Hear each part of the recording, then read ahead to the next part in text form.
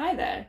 Now I'm going to tell you the true story about what happened when we sailed along the South American North coastline. And for those who don't know me, I'm Linda. I teach women to sail, and 2016 to 19 I sailed around the world.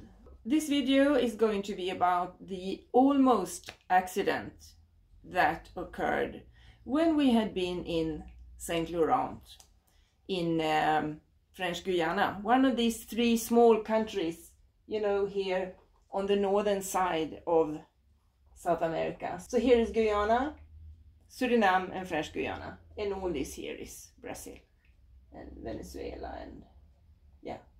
And we came sailing from South Africa and followed the coastline here to go up and finish my circumnavigation in Caribbean. Along the North American coast flows the Guyana stream with a speed of about 0.5 to 2 knots. It is very shallow, so 30 miles away from the coast it is still only 30 meters deep. And the sea is quite rough, so there are no anchorages along the coastline. You have to go quite far up in the river to find shelter. We had been to Saint Laurent. It's very shallow. 5 nautical miles out from the estuary, the water is still shallower than 3 meters, but there is a marked channel to follow. And the anchorage is about 20 miles in along the shallow river, and we had spent a few days there, and now it was time for us to continue to Suriname, where I was going to leave my boat for 5 months. And the distance along the coastline is 80 nautical miles, and then there was those 20, altogether 25 from the anchorage out to open water, and then on the Suriname side it was 35 more miles. So altogether it was 140 miles, and we decided to start at 19 hours in the evening, the 21st of April.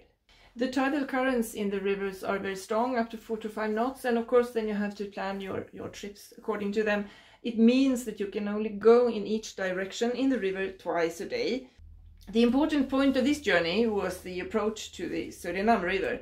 There are several warnings in the charts about wrecks and about moving buoys and shallows. And with the sea current of up to 2 knots, ocean swells against the shallow coast and the tide currents as well. I thought I needed a good view as we were approaching land in Suriname. We chose to start from Suriname at 19 hours, the 21st of April. Then we expected to approach Suriname in daylight instead of in the dark. That would have been the case if we had started the next morning. The disadvantage of this starting time was, of course, that we had to leave Saint Laurent and go all the way out to open sea in the dark. But I considered that a less problem since we had done that distance once before in daylight. At 9:05 p.m. the moon rose and it became brighter. We approached the estuary at 11 p.m. and the current increased to 4 to 5 knots and the waves built up, as did the headwind. We motored and fought hard against the waves, and to have a little more time, slow down a little and be able to keep track of our position in that strong current and the boat swinging back and forth, I lowered the engine speed to 2 to 3 knots, just to have steering speed in the turbulence. We are 4 people on board. It is my husband, 2 guests and me. And I had been on watch since 7 p.m. when we left. I didn't want any of them to be alone out on watch in the dark and in the current. And now by 11 p.m. I'm getting tired. We have now come out in the marked channel. I remember that there is a cardinal mark in the midst of the red greens, and I see that buoy in the distance, and it is a west mark with 9 very quick flashes with a period of 10 seconds. And this means that it is flashing quickly for 3 seconds and was off for 7. And in 7 seconds you can reach 30 meters with the speed that we had. And you also have time to lose track of where you saw the buoy last. Suddenly the buoy appears right in front of us. And I steer directly to port. And at that time, I just didn't take into account, I didn't think about that our speed, our engine speed was that low. It was the current that was pushing us forward.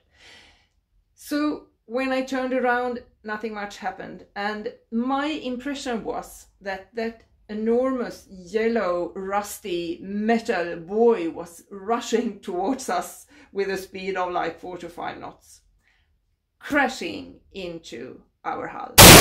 With a loud bang, it hits us on the stern end of the starboard hull, and inside there my husband is sleeping.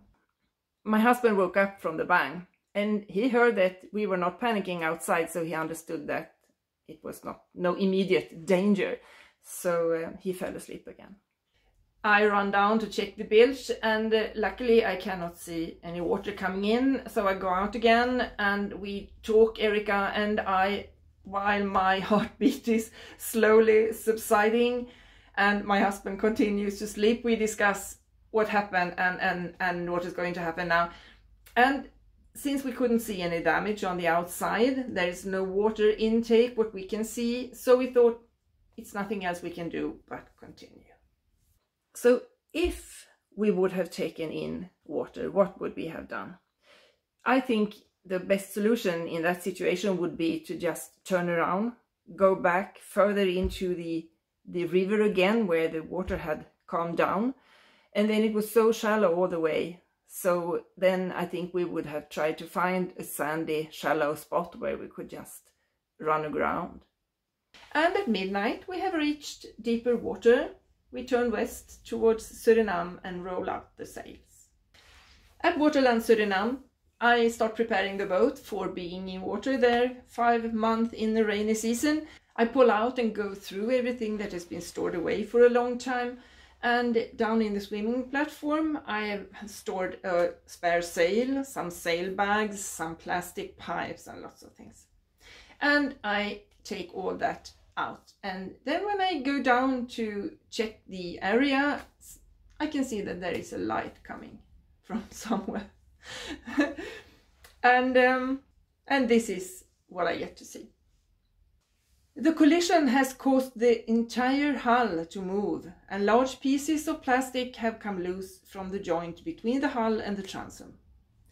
The gel coat has luckily held tight, amazingly enough.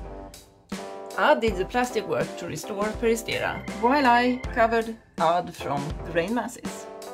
And some hours of plastic work later, I felt that now I dare to leave the boat in water here in Suriname, in the care of these nice people that work there, and go back to Sweden.